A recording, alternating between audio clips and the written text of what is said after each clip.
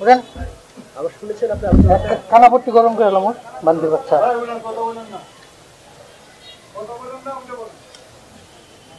একদম পিঠা এখানকার বলা ঠিক করে এলাম। আসসালামু আলাইকুম সম্মানিত দর্শক মণ্ডলী, যারা সিলেটি স্টার ইউটিউব চ্যানেলে আছেন সবাইকে স্বাগতম জানাচ্ছি নতুন আরেকটি ভিডিওতে। আমি ইকরামউদ্দিন। আশা করছি সবাই ভালো আছেন এবং সুস্থ আছেন। আসলে আপনি যদি সত্যিকারের একজন ইমানদার ব্যক্তি হয়ে থাকেন তাহলে আমি আশা করি যে আপনার এই ভিডিওটি দেখার পর আপনার গাটা অবশ্যই শিউরে উঠবে। একজন আলেমকে কিভাবে অকথ্য ভাষায় গালিগালাজ করা হয়েছে ওয়াজের মঞ্চে, আমরা সেই ভিডিওটি দেখব। দেখার পর আপনাদের সাথে আমি দু একটি কথা বলার চেষ্টা করব। আশা করছি সারা ভিডিও জুড়ে আপনারা থাকবেন আমার সাথে। কারণ বিশ্বনবীজি বলেছেন যে ভাস্কর্য তৈরি করা যাবে, তবে প্রাণীর ভাস্কর্য তৈরি করা যাবে না।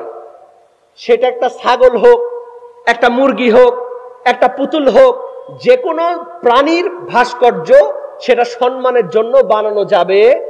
কারণ হাদিস শরীফে এসেছে যারা প্রাণীর মূর্তি বানাবে কিয়ামতের দিন তাদেরকে বলা হবে তোমরা এই প্রাণীর মধ্যে জীবনটা দিয়ে দাও। তখন কি পারবে? কি বলেন, পারবে? এজন্য আমরা শেখ মুজিবুর রহমানকে সম্মান করি। আমরা বলতে চাই মূর্তি তো একটা সাধারণ ব্যাপার। শেখ মুজিবুর রহমানে এই যে আসার সময় দেখলাম ধোলাই পারে বিশাল একটা সেই ঘের তৈরি করা হয়েছে, উঁচু একটা স্তম্ভ তৈরি করা হয়েছে। আমরা বলি এতটুকু স্তম্ভ হলে হবে না, প্রয়োজনে 10 তলা পরিমাণ সমান একটা মসজিদের মিনার করে দেন শেখ মুজিবুর রহমানের নামে। কথা বলেন ঠিক কিনা?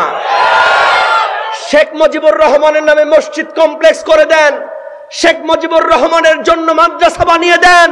আমরা প্রধানমন্ত্রীকে বলতে চাই আপনার বাবা কবরে আপনার এই কারণে জান্নাতের দরজা তার জন্য হাসিল হয়ে যাবে। কথা বলেন ঠিক কিনা? এমনিই তো তিনি ভালো কাজ করেছেন, দেশের জন্য জীবন দিয়েছেন। কথা বলেন ঠিক কিনা? বিশ্বনবীজি বলেছেন যারা দেশের জন্য জীবন দেয় তারা বিনা হিসেবে জান্নাতি। কথা বলেন ঠিক কিনা? যারা শহীদ হয় তারা জান্নাতি। সুতরাং তারপরেও যদি প্রধানমন্ত্রী এগুলো কাজ করেন, আলেম ওলামা আমরা সবাই তার জন্য দোয়া করব। কথা বলেন ঠিক কিনা? আমার ভাইয়েরা কেউ কষ্ট নেবেন না। শেখ মুজিবুর রহমানের ছবি টাকা পকেটে রেখে আমরা নামাজ পড়ি। কথা বলেন ঠিক কিনা?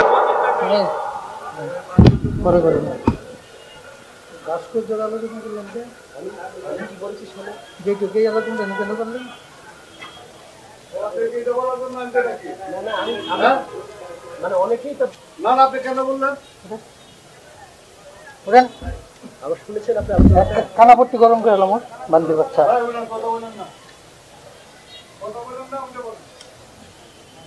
একদম পিঠা এখানকার বলা ঠিক করে এলাম।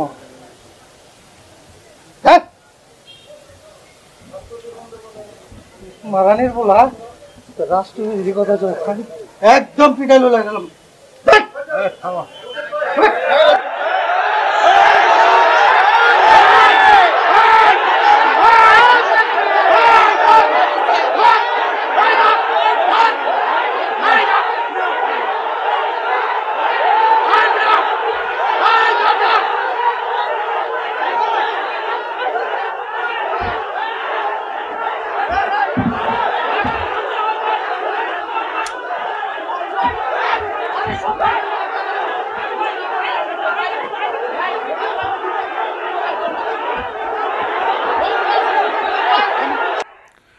এখন আপনারা এই জিনিসটা অবশ্য দেখেছেন এবং বুঝেছেন। আমার এই একটা কথা হচ্ছে যে এরা এত সাহস কোথায় পায়?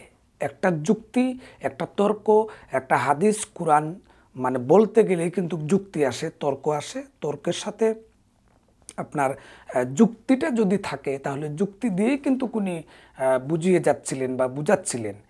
আমার কথা হচ্ছে এই যুক্তি দেওয়ার পরেও, কথা বলার পরেও তাদের এত সাহস কোথায় থেকে আসে বাংলাদেশে যে একজন আলেমকে এবং ওয়াজের মঞ্চে ভাস্কর্য নিয়ে কথা বলায়।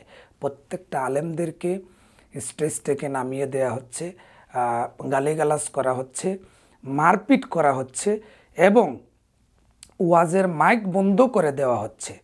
তারা তো যুক্তিসঙ্গতভাবে কথাবার্তা বলছেন, আপনাদের সরকারের উচিত হবে এবং যারা সরকার দলীয় আছেন আমি মনে করব যে প্রত্যেকটা মানুষের উচিত হবে একটা সমঝোতায় এসে দেশটাকে শান্তিভাবে পরিচালনা করার জন্য।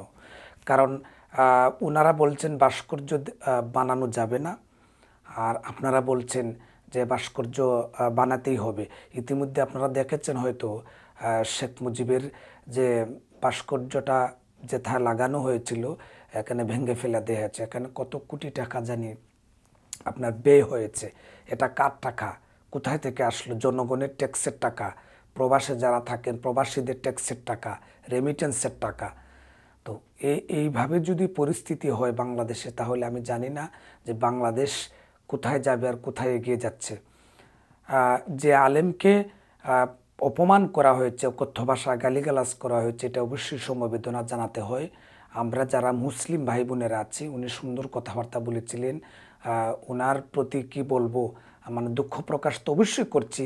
আর তাকে তো অবশ্যই আইনের আওতায় আনতে হবে।